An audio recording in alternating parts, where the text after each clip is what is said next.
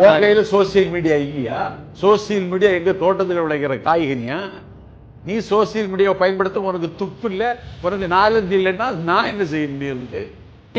நீ தான் தொலைக்காட்சி ஊடகங்களை விலைக்கு வாங்கின, நெறியாளர்களுக்கு கோடி கோடியா கொட்டி கொடுத்த, சமூக வலைத்தளங்களை எல்லாம் சபரீசன் பணத்தால கபலீகரம் செய்த.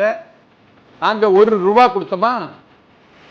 நாங்க ஒரு பைசா விளம்பரத்துக்கு செலவழிச்சோமா? நீ ₹700 கோடி விளம்பரத்திற்கு மட்டும் செலவழிச்ச. நெறியாளர்களை விலைக்கு வாங்கின. நீ தாவேக்காது ஒரு சக்தியே இல்லைன்னா டிவியில சொன்னீங்க. என்ன சொன்ன நீ? நாங்க போட்டியிலேயே இல்லைன்னு சொன்ன நீ. அற்புதமான ஆற்றலுக்கான ஆங்கிலத்தில் தொழில் முதலீடு செய்வோர் என்னை அணுகுங்கள். நீங்கள் சிங்கிள் விண்டோ சிஸ்டம் நடைமுறைக்கு வந்திருக்கிறது, என்னை அணுகுங்கள்னு கேட்குறாங்க. நாளைக்கு பாருங்க, கீர்த்தனாவை சந்திப்பதற்கு தொழில் முனைவர்கள் வரிசையில் போய் நிற்பாங்க.